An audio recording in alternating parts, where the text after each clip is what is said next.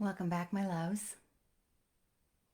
Today, I'm going to be continuing the conversation from last week about compassion, as well as sharing later how to hold space for others when we feel that they are not right.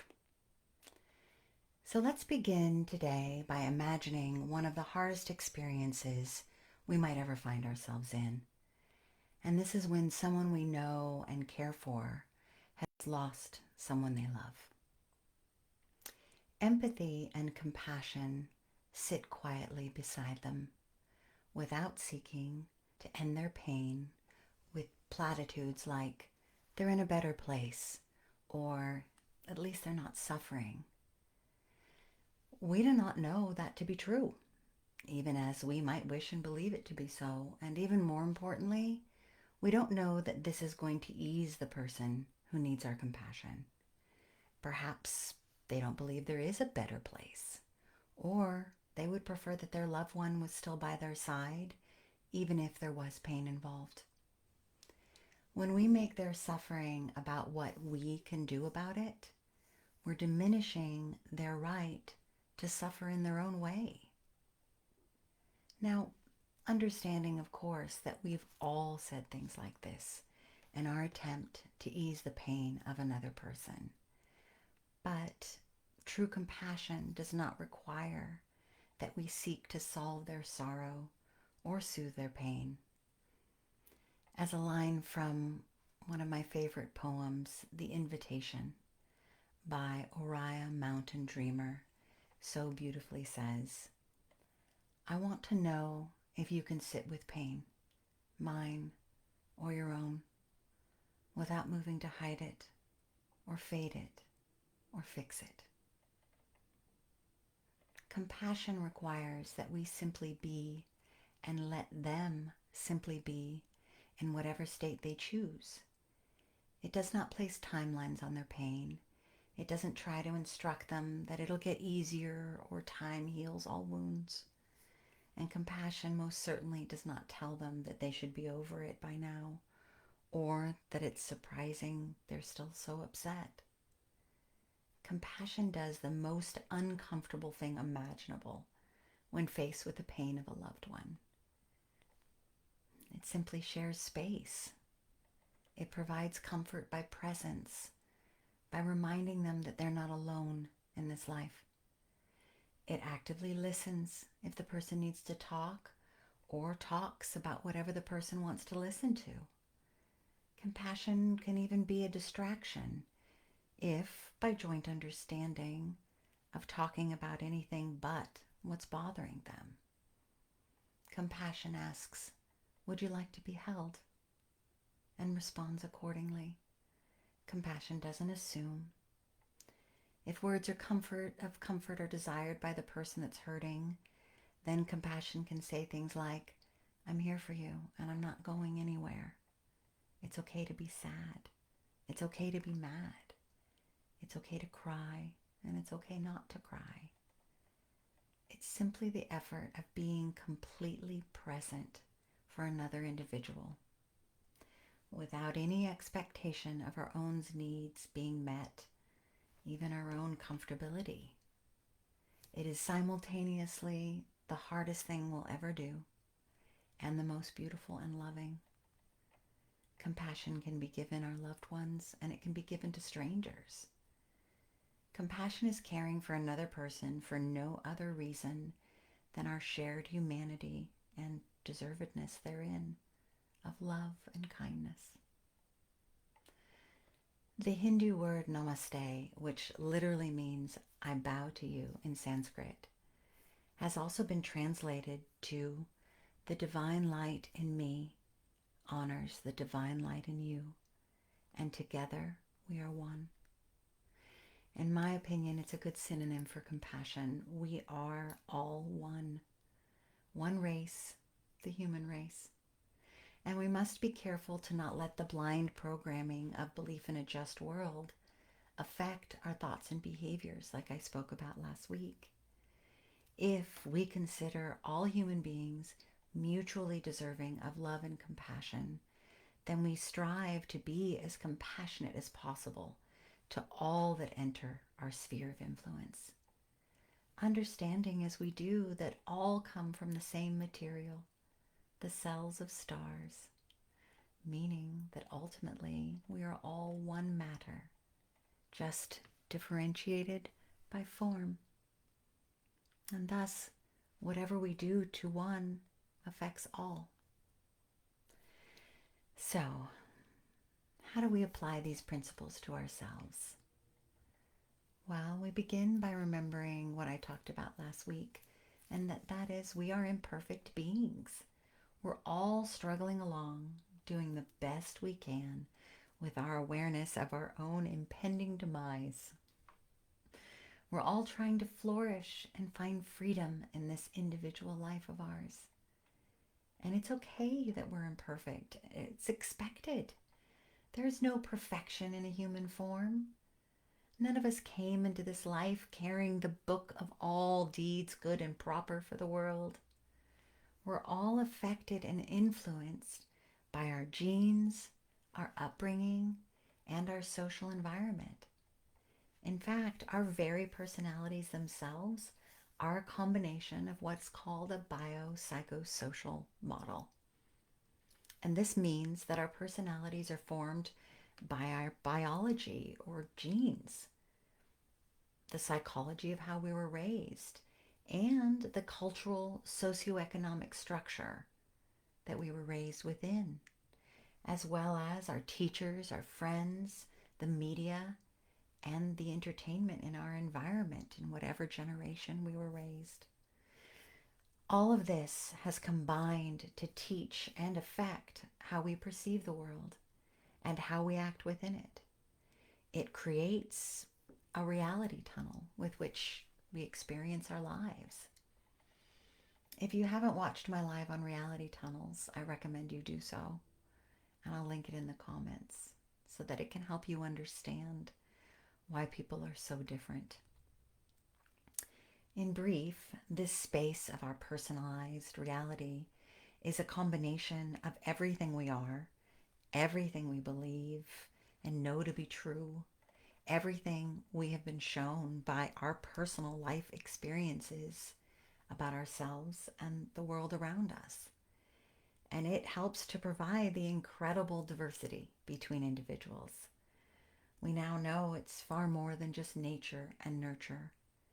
And this biopsychosocial model is why we can look at two individuals born by the same parents, raised in the same ethnicity, gender, home, environment, etc., and still find dramatic personality differences. Even identical twins are individuals, as my nieces can attest to. This diversity provides the glorious color of the world. It also provides heavy conflict when two or more people find that they vehemently disagree with each other on points of politics or religion, etc. And while this conflict can be infuriating, it helps to understand that this person's reality is quite different from ours, and from their view, their choices, decisions, and preferences are just as valid and right as our own. Understanding this is the ultimate compassion. Or, as the legendary Buddhist teacher Thich Nhat Hanh has said, understanding is love's other name. Now, if you are someone who has difficulty standing up for your own beliefs, then it would serve you to know and believe that your thoughts and opinions are just as valid as anyone else's, and even more so right for you. You have every right to trust in your own beliefs, even if they contradict what another person might think. They simply need to be right for you and your life. This doesn't mean that it would serve us to stand stubbornly defiant to logic or reason or scientific fact. Instead, it means to be compassionate to ourselves by having faith in our own ideas, while also being open to expand them and even write them anew should information change.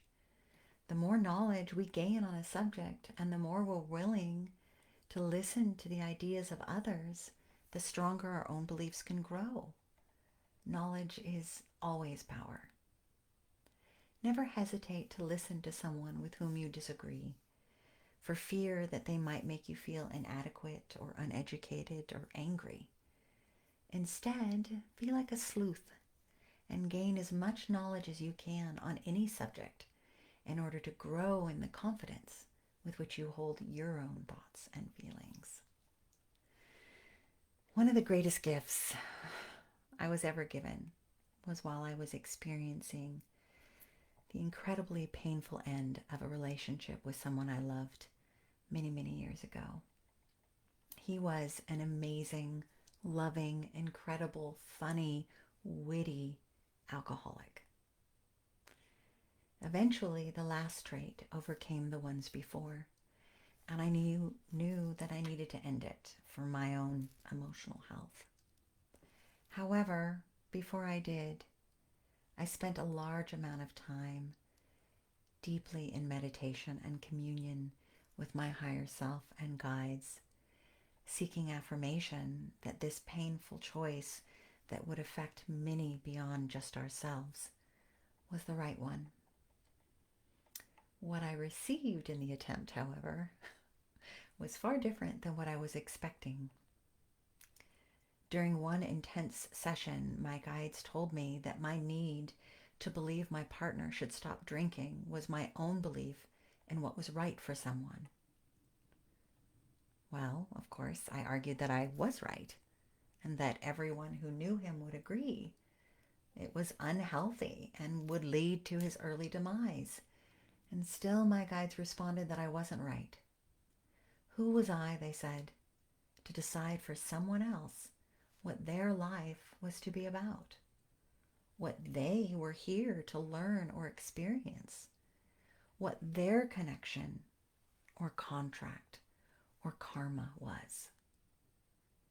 And then they showed me what strength it took for someone to choose a life where they would co-create their own destruction, to descend down as deeply as they could into their own suffering. And it wasn't up to me to decide their life choices, or that the choices I would have made for them were righter than their own. Well, let me tell you, this was incredibly devastating, but it was also very powerful to be told that I was not right about someone else's life, despite how obvious it seemed that I must be. And then they went on further to tell me that, in fact, not only was I not right, but I had never been right. Ow. How was that possible? I thought, how could that be? How could I never have been right? After all, I was an educated woman. I'm a spiritualist, a healer, and I thought that I had done an incredible amount of work and thus knew, at least in some instances, the right and wrong things of the world. And after I had mused on their words for quite a lot of time, they soothed my mental and emotional distress by telling me that although I had never been right, I had never needed to be. In fact, there was not a finite right.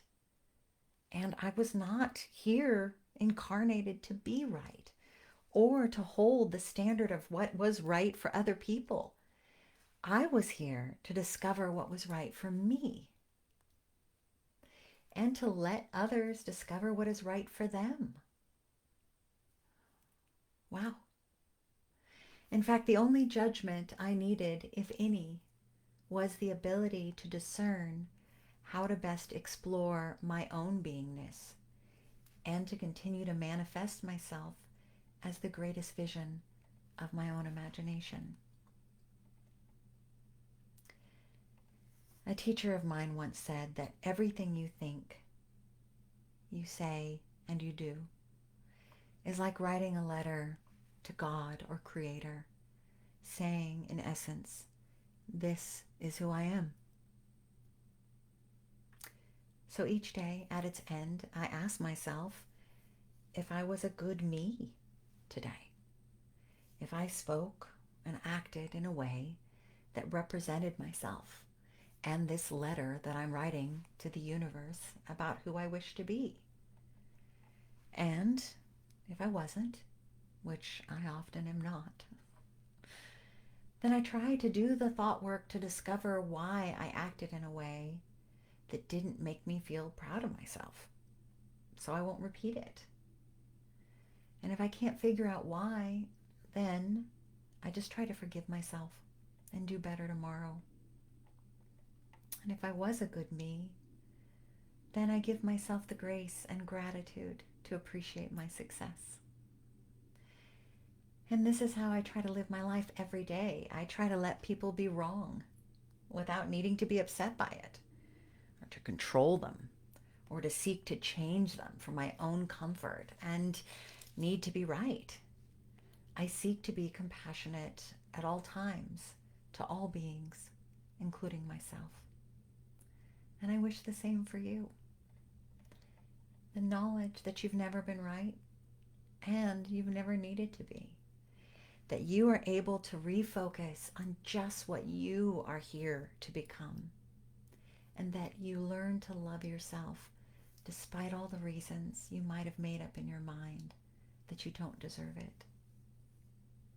Whether or not it's clear to you, you're enough. You're love, you're loving, and you're loved. Thank you for joining me today. I love you, and I'm going to go in the comments and see if anyone has any questions. Being completely present and quiet. Yes. I love the phrase, if you're depressed, you're in the past. If you're anxious or stressed, you're in the future. Only in the present are you fully at peace.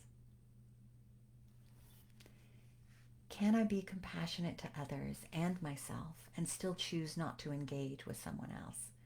Well, that's just the first part of the comment, but that would be compassionate to others and yourself by not engaging with them, especially if to do so could cause you emotional harm. I can see they may have their own structures, but also see them not combining with mine.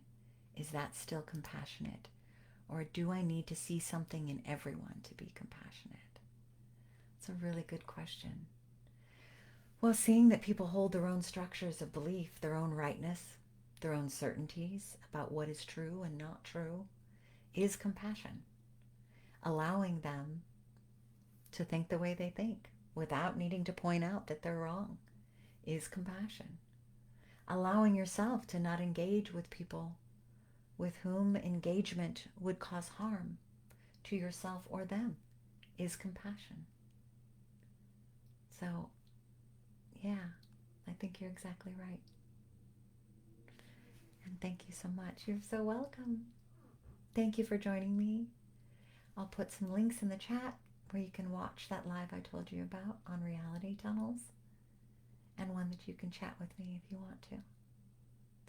Okay, I will see you next Monday, and take care of yourself for me. Bye.